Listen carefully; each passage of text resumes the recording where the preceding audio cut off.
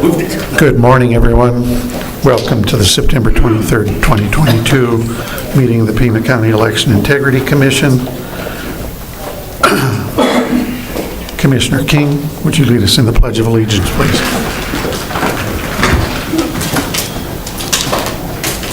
I pledge allegiance to the flag of the United States of America and to the republic for which it stands, one nation under God, indivisible, with liberty and justice for all.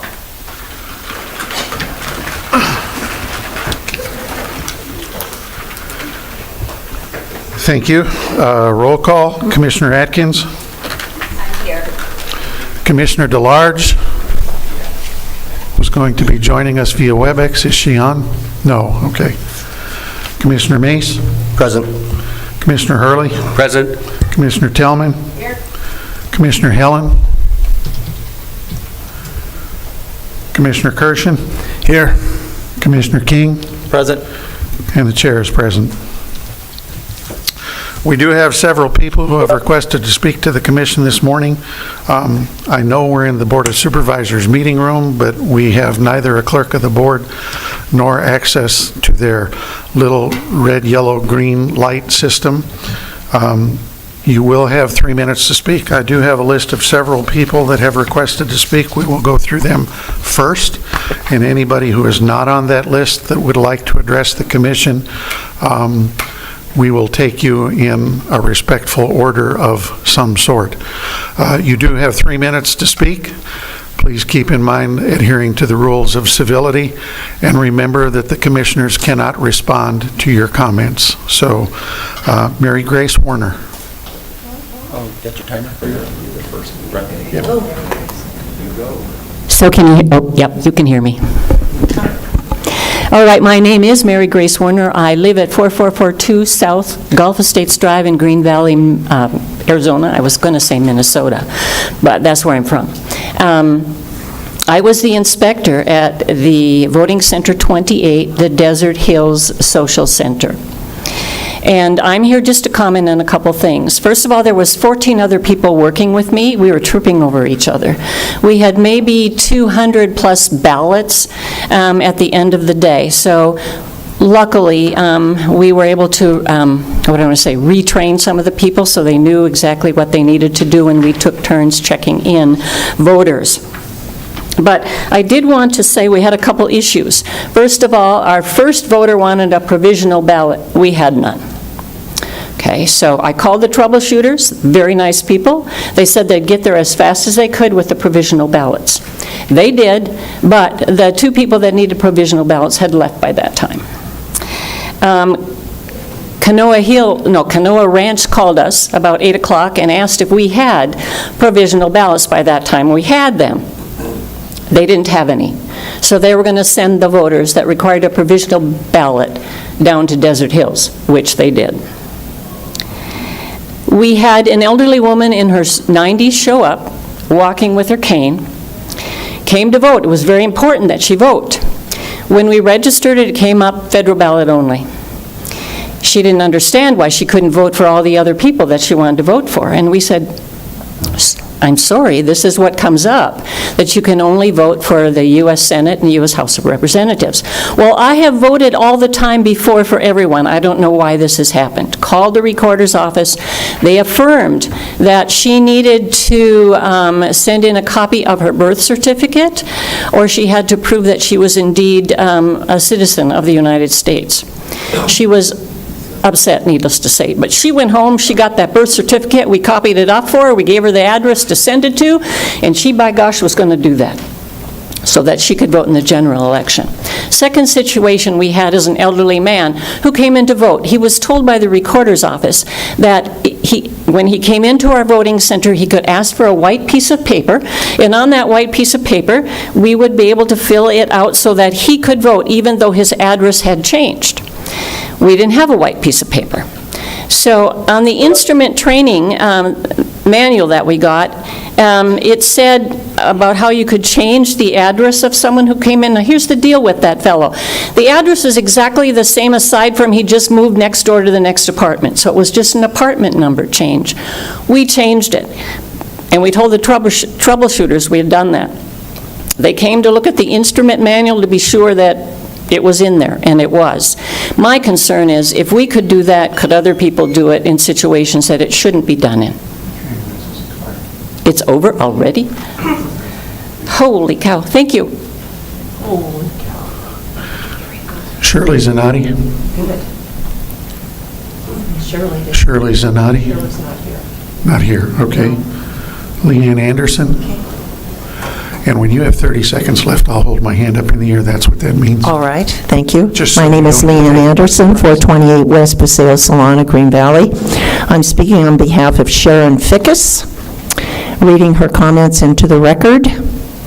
Regarding the Pima County canvass information for the primary election, August 2nd, 2022, filed with the Secretary of State, the summary sheet, page 4 of the canvass, does not reflect the Election Day ballots processed and counted. The summary information includes recorders and elections early ballot processed, provisional and conditional ballots processed. A serious concern, excuse me, is the missing information for Election Day ballots processed and counted, with the deviation detail explanation between the two numbers. A replacement for the summary, updated with the Election Day ballots processed and counted with details, should immediately be provided to the Secretary of State, Pima County Elections Commission, and the Board of Supervisors. Reviewing the file, excuse me, titled Early Ballots Processed Primary Election, 2 pages, with provisional conditional ballots processed, 1 page, identified here as batch sheets, both dated August 2nd, 2022, provided on the Pima County Elections Department website, reveal concerns about counting ballots before August 2nd, 2022. There were 10,923 ballots received, 729. Batch sheet number 1 counted 8-3. 11,304 ballots received, 729 through 8-2. Batch sheet 2 counted 8-3 and 8-4. 26,836 ballots received, 8-3 through 8-10. Batch sheet 2 counted between 8-4 and 8-10. 49,063 total. Note, these numbers do not include ballots for provisional, conditional, or duplicates as identified on the batch sheet information. What is the explanation for the late counting, and what type of ballots were involved? Where in all this data do the 26,818 Election Day ballots appear as represented on the statistics report, page 53 of Canvas? Election Department, Recorder's Department need to develop and facilitate an accurate and speedy solution for processing and counting all the legal ballots. Provide the solution and answers to the Pima County Board of Supervisors. Thank you. And I have a copy.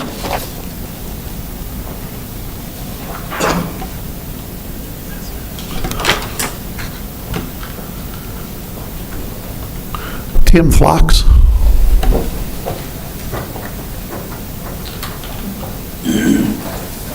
Thank you. My name is Tim Locks. I am a retired 35-year IT veteran, most of those years as programming. However, the last 13 years as a DBA out at Raytheon, working SQL Server and Oracle. I was told that the 2 test election sessions at the Abrams Center failed. We had a primary election with multiple issues surrounding both hardware and software. I give the Elections Department a F- for lack of testing the new system properly. During the last EIC meeting, Director Hargrove spoke about Delta files. She stated essentially that she was told we would be using a centralized database when we ultimately received a distributed database. Much bigger issue, much more diverse in complexity. In 35 years of working IT, I have never seen or heard of replication, which is a process associated with distributed databases, work properly. What gets me the most is a phrase Director Hargrove used in this after-action report. That phrase is sideways communication. Sideways communication might work well in human group interaction, but it sure didn't work well at one vote center we know of, where 2 ballots were issued to a single voter. And by the way, sideways communication is not an IT technology. Go ahead, look it up. I challenge you. Director Hargrove said at the end of her report that a plan would be put in place to better monitor the touchpad and Delta file activity during the general election. I wonder if that means there were no transfer logs in the primary election. Those need to be looked at. We still don't know how frequently these Delta files are transmitted to the cloud and how long it takes for the propagation of all changes to get transmitted to every e-poll book in Pima County. From my vantage point, the primary election was so riddled with issues, one could hardly consider it valid. As a software developer for most of my career, one of the primary rules is that businesses run software, not software running businesses. It seems that we have a Florida-based company running Pima County elections, yet we continue. And I will remind you of the multiple lawsuits across this country and how vendors seem to have been taking over our elections when it should be we the people. Finally, around $2 million spent on a system that is plagued with issues, yet the Elections Department thinks most everything can be solved with training. Procuring printer stands will result in a reallocation of money from one area to another. In every situation where this happened in the private sector, the very first item to get cut to make ends meet, and wait for it, guess what? Employee training. Thank you. Gisela Aaron.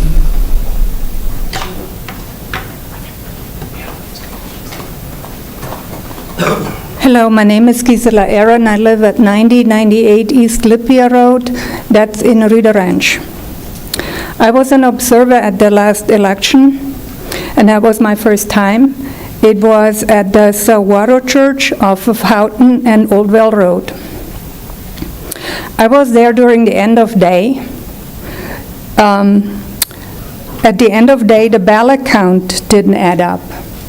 I want to mention that all the staff were very professional, courteous to everyone, and very concerned. I was just observing. I didn't speak. I just listened and watched what they were doing. So the staff discussed, because the ballot count didn't add up, could it be that somebody walked out with a ballot during the 6.5 hours between 6 a.m. and 12:30 in the morning when the e-poll book didn't work? They also mentioned the Lexmark printers. They had 2 Lexmark printers that didn't work. I don't know how long they didn't work, but they specifically said the e-poll books didn't work for 6.5 hours, from 6 a.m. to 12:30. And so I wondered what happened to the voters during that time, because I wasn't there, so I didn't see it. I just heard what they said. And apparently they sent them away to another location. We don't know if those voters even went to vote. If they had to go to work, maybe they didn't have the time to do it. Maybe they thought they would do it after work. For sure they were disenfranchised. And I did not see this in the report that Jan Lersha was providing to the Pima County Board of Supervisors. I did send in my observation, but it was not mentioned at all. And I just wanted to know that the staff was very exhausted, very friendly, very professional, but exhausted. And they may never work again in an election because of all this distraction with the e-poll book and sending people away and not matching up with the ballot count.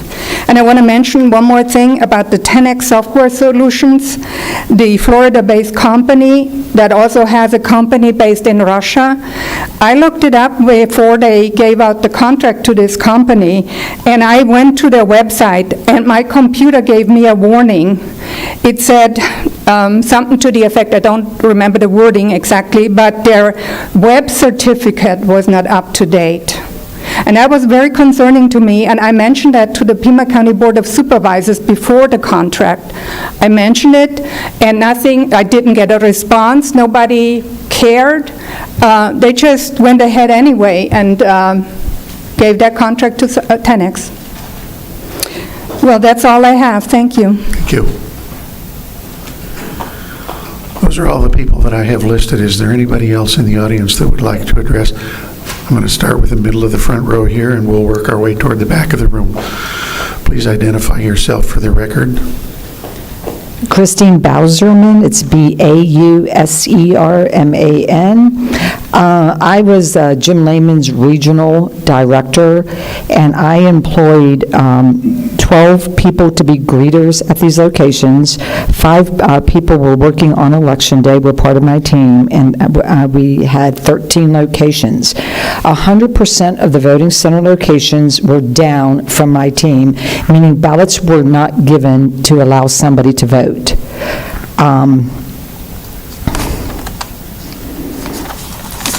Hold on a minute. Where was I? I was a senior developer who got through who was involved in a handful of post-installation contract negotiations. I would never defend the contract with the system that you have. You failed on every deliverable this system did. Your solution, Ms. Constantine, is to expand every area that failed the first time, do it exactly the way you did it wrong the first time, and using the exact same people to do it wrong again. Delivery of the system. You were sold a centralized system, you received a distributed. You should have packed it up, sent it back, and tell them they sent you the wrong system.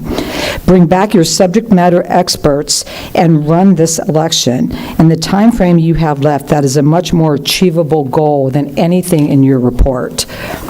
The complete lack of a financial analysis makes this report a joke. There's no money for how many additional supplies, additional staff, a simple explanation. Your logistics failed. You failed to have supplies at the voting center locations, and now you're going to add supplies. How are you delivering them, and how many more staff do you need? In the 13 locations my team were a part of, 100% were not available. They did not print ballots from anywhere from 1 hour to 4 hours, the one up in Ora Valley, because of the printer. Not real ballots. You might have had excuses and there might have been backup, but they were down. All right, so where's my number? I want a number of how many centers are down. If you do a simple 129 locations were down for 1 hour and one person voted, 129 people potentially could not have voted. That's a civil right violation. Your training failed in the primary. Right now, the day of the election, one of your trainers was apologizing for telling people the most essential thing in a primary is to give the person the right ballot. You could give any ballot to anybody, and now you have promoted him and he's training on the systems. What is that, 2 minutes? 30 seconds. 30 seconds. Okay, the biggest thing I want to say is your chain of custody failed. The entire reason for using computers is the generation of the report at the end. Your report shows that there was a failure of the computers to consolidate these numbers. You've lost chain of custody of every single one of these ballots. Where you check these in at the tabulation room, there's no analysis of that. That woman didn't get to her point. You had 2 locations that I know of my 13 where you didn't pick up the ballots. The one they called, you picked them up 2 hours late. The other one, a lady took them home. That might be those Green Valley numbers she said. You lost chain of custody of a voting center location. Your time has expired. Thank you. Sir.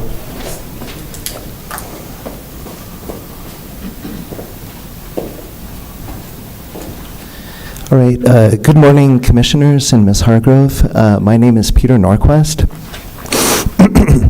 In a previous call to the public at a Board of Supervisors meeting, I listed 5 areas of concern regarding the voting infrastructure being used in Pima County: voter rolls, runback election services, postal records, software, and hardware.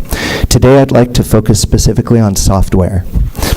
A review of the Global Election Management Systems, or GEMS, which counts approximately 25% of all votes in the United States, can be found at blackbox.org, and please refer there for a proof of code I'm about to discuss.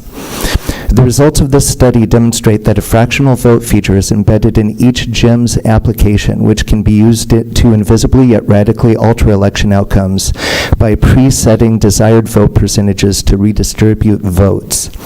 This tampering is not visible to election observers, even if they are standing in the room and watching the computer. Use of the decimalized vote feature is unlikely to be detected by auditing or canvass procedures and can be applied across large jurisdictions in less than 60 seconds. GIMS vote counting systems are and have been operated under 5 trade names: Global Election Systems, Diebold Election Systems, Premier Election Systems, Dominion Voting Systems, and Election Systems and Software, the one currently in use in our county. In a case of fractionalized voting, instead of one, the vote is allowed to be 1/2 or 1 + 7/8 or any other value that is not a whole number. This allows weighting of races. Weighting a race removes the principle of one person, one vote to allow some votes to be counted as less than or more than one. Regardless of what the real votes are, candidates can receive a set percentage of votes and results can be controlled. For example, candidate A can be assigned 44% of the votes, candidate B 51%, and candidate C the rest. Fractions and result reports are not visible. Votes containing decimals are reported as whole numbers unless specifically instructed to reveal decimals, which is not the default setting. All evidence that fractional values ever existed can be removed instantly, even from the underlying database, using a setting in the GIMS data tables, in which case even instructing GIMS to show the decimals will fail to reveal that they were used. Instructions to treat votes as decimal values instead of whole numbers are inserted multiple times in the GIMS source code itself. Thus, this feature cannot have been created by accident. Fractionalization of the votes, which creates the summary records, allows alteration of election night web results and results sent to the Secretary of State, as well as local elections officials. This is only one specific example among many fatal vulnerabilities baked into the present system, which not only enable but invite vote manipulation. The most recent being the recent vote to allow the Pima County voter data rolls to be uploaded to the Amazon cloud to be managed from a private residence. I implore you to study this topic, allow an appropriate investigation into our own system, and make appropriate corrections. Failure to do so will not only implicate you now that you have been made aware of this issue, but will result in widespread loss of faith in what is quickly becoming a broken system. Thank you very much for your time and attention. The lady here, and then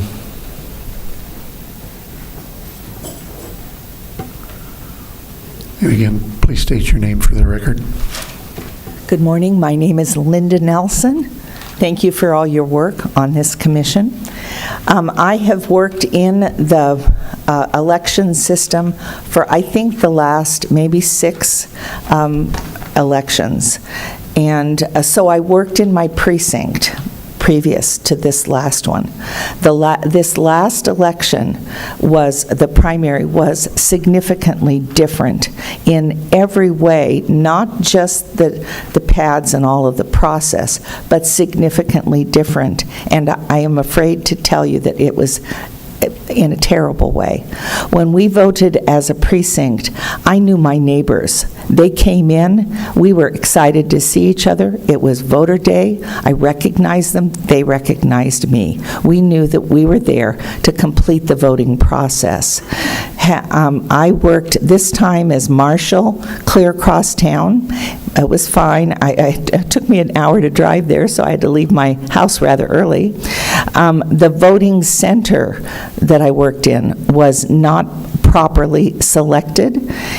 We were in a school that we did not have an ability to turn the air conditioning on at all. Neither did the school people, the personnel. It was done at a central location, so while we were there at 5 o'clock in the morning setting up, we were inviting voters in at 7 o'clock, and it was already hot. We didn't get the building to start to cool for till 9 o'clock or something, and it took time. There was no kitchen facility for the workers. It was just, it took a walk. It was hard to identify. So just even that was not appropriate. But what the gentleman talked about with the software, I saw and had to deal with several voters who came in that were turned away eventually. One man came back. He was very angry. We couldn't find him in the voter pad. The voter pads went down several times. I think the county made a terrible error at the time when voters all over the country, our confidence in our election system is being challenged. We're trying to stand up as citizens, work as citizens side by side, and say we've got to have clear, clean, honest voting. You put into place a system that is fraught with fraudulent possibilities. We had first-time voters come in on their lunch hour, 3 young ladies that we kept trying to find. We called the IT people. We never did get those kids to be able to vote. This is a tragedy, what you have done to Pima County voting. We need to go back to precincts. I don't know what kind of money you guys have spent on all of this. We need to go back to precincts where we recognize our neighbors, and we need to vote on ballots and sign a book. Thank you.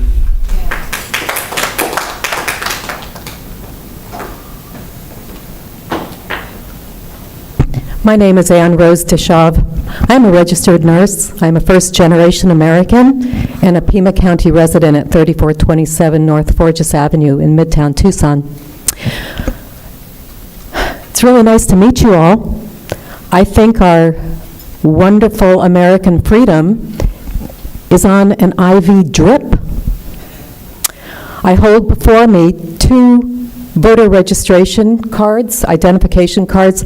In a moment of great awakening, about a year ago, I changed political parties, thank goodness. I received now the old card on November 16th, 2021, with my new party, with my old precinct. My new card came with a new precinct, a new congressional district, and a new legislative district. Wow, okay, in another voting year. So may I humbly suggest to you that you send every registered voter in Pima County their new precinct, their new, and explain what has happened. I don't know, did you make the decision? Was this a congressional thing from the federal level, why everything changed? But it's very confusing. Send something out to every registered voter, please, to explain the changes. Otherwise, I don't know. It sounds like there's some shenanigans going on from the federal to the local elections. How can we trust what's going on, really? When my parents immigrated in 1949, they got out of their war-torn situations in 2 different countries to come to the land of the free, the brave. Freedom, American freedom, is on life support. Thank you if you listened. Thank you. Thank you. Is there anybody else who would like to speak, please? And please identify yourself for the record. My name for the record is Drew Heaton, and I just want to let you know that, it was election integrity that actually drove me to join a political party, because for about 20 years now I had been an independent. But when I realized that to have any effect on elections or voting integrity, etc., you needed to join a party, and so I did that. I am the chairman for the Libertarian Party, and I thought it was interesting that there were some derogatory or dismissive comments towards the Libertarian effort in this last primary election, when we're just fighting because we care.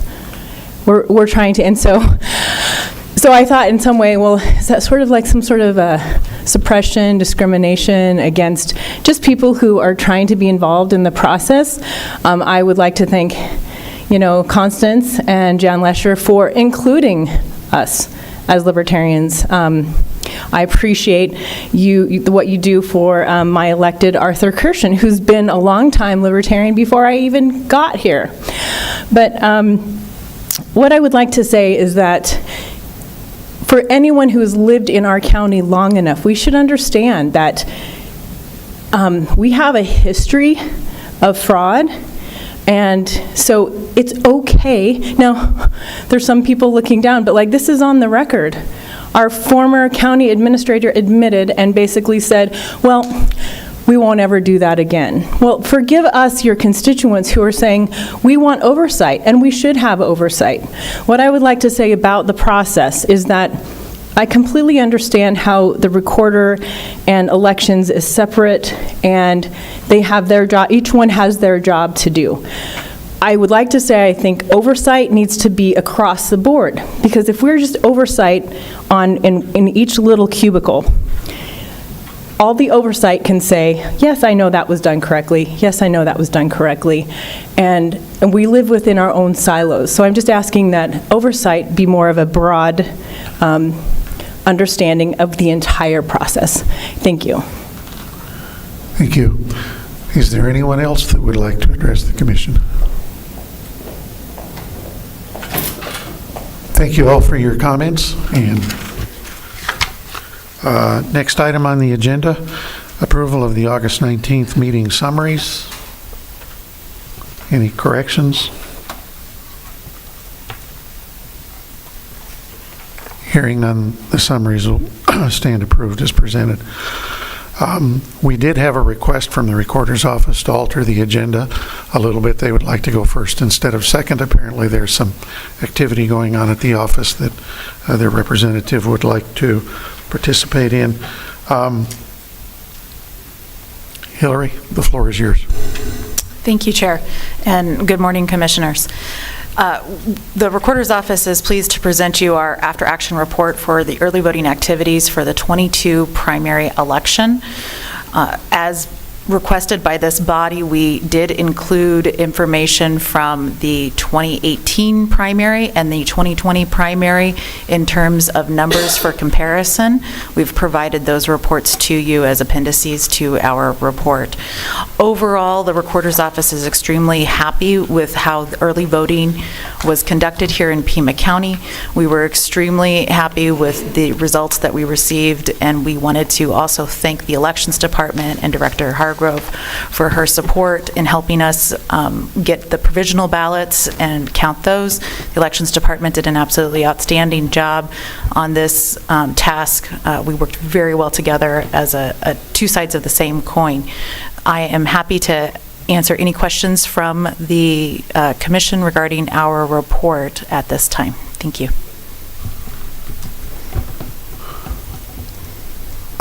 Hillary, just so I understand, the primary area of emphasis in your report was the early voting period. I'd say probably between 90 and 95% of the report. And from a voting perspective, the process that was in place for the primary election this year is, for all practical purposes, exactly the same process that has been in place for an extended period of time. Is that a correct assumption? That is correct, Chair. Thank you. Commissioner Tillman. I'd like to ask the Recorder's Office to please... Microphone, please. It's on. You need to get close to it. The Recorder's Office, please give a brief explanation of why the two registration cards that the lady talked about had different districts. It's a very simple answer. Could you just give her the answer to that question? Yes, thank you, Chair. Thank you, Commissioner Tillman. The two registration cards that were sent to voters, we had redistricting happen in the state of Arizona, so the final districts were adopted earlier this year. So when you received a change to your voter registration, we send you a new card, and then everyone in Pima County received a new card after the adopt. Ballot marking device. So you mark your ballot, it prints a piece of